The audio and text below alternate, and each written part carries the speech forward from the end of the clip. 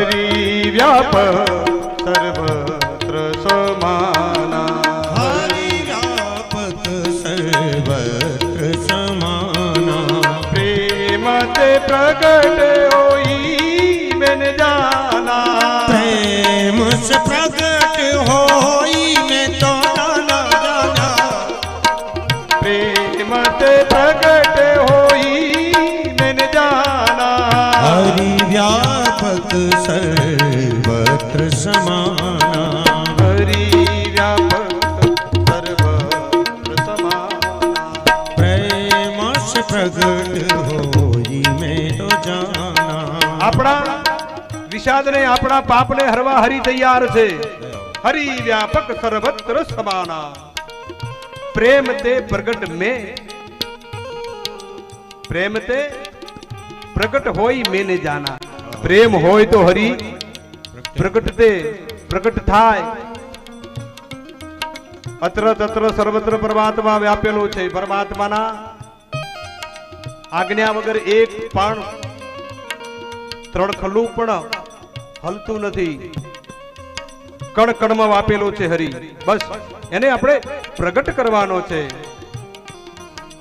સબ ઘટ में साई, सब घट में मेरू साई, खाली घट ना कोई, सब घट में साई खाली घट ना कोई, बलिहारी उस घट की जा घट पर घट होई, बलिहारी उस घट की जा घट प्रगट होई. जे घटમાં પરમાત્મા પ્રગટ આપણે કરી શકીએ ને, જે દીવડું પ્રગટાવી શકીએ ને, બસ એને પ્રગટ કરવાનો છે આપણે.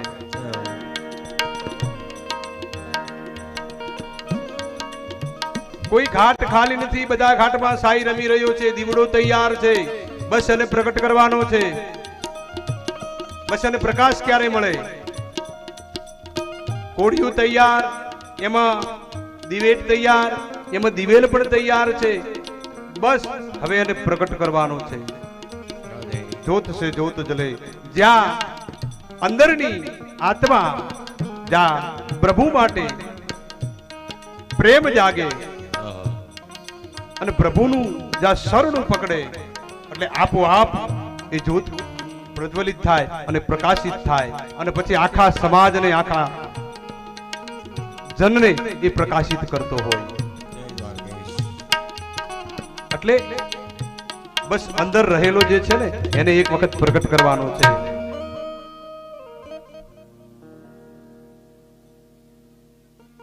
જ્યાં સુધી અંદરનો હું નહીં મરે ત્યાં સુધી હરિ નહીં પ્રગટે. યાદ રાખજો,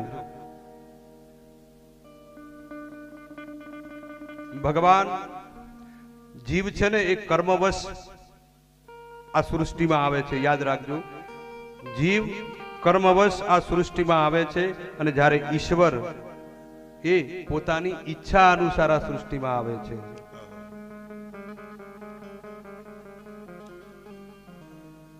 પરમાત્માને જ્યારે જ્યારે ઈચ્છા થાય કે આ પૃથ્વી પર હવે જવું છે અને દુષ્ટોનો સંહાર કરવો છે, એટલે આવે.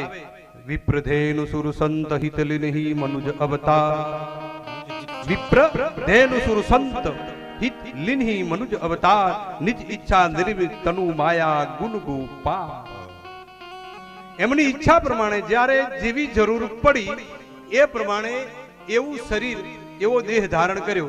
જ્યારે સમુદ્ર મંથન થયું ત્યારે એ રવૈયો એટલે કે પર્વતને જ્યારે પાણીની અંદર સ્થિર કરવો હતો, એટલે પાણીમાં જળચર જીવ જોઈએ, જળચર વગર ચાલે નહીં. જો માછલીનો અવતાર લે તો માછલીનું ચામડું જરા કૂણું હોય, એટલે ભગવાને શું કર્યું? કૂર્મનો અવતાર લીધો અને એ પર્વતને પોતાની પીઠ પર બેસાડ્યો. એટલે ઇમરજન્સી જરૂર પડી, ઇમરજન્સી જેવી જરૂર પડી તાત્કાલિક, એટલે તાત્કાલિક રૂપ લઈ લીધું. હિરણ્યકશ્યપને જ્યારે મારવાનો હતો, કારણ કે બ્રહ્માનું વરદાન હતું કે હિરણ્યકશ્યપ કોઈથી મરવાનો નથી, સુકાથી, લીલાથી, દેવથી, દાનવથી. રાતે દિવસે કેટલી બધી શરતો મૂકેલી હતી, છતાંય ભગવાને એ દિવસે જ્યારે ઇમરજન્સી જરૂર પડી એટલે ત્યાં નૃસિંહ અવતાર ધારણ કર્યો. ન પશુ, ન માનવ, ન દેવ, ન દાનવ, ન સૂકું, ન લીલું, ન, અને એને નોર્યો.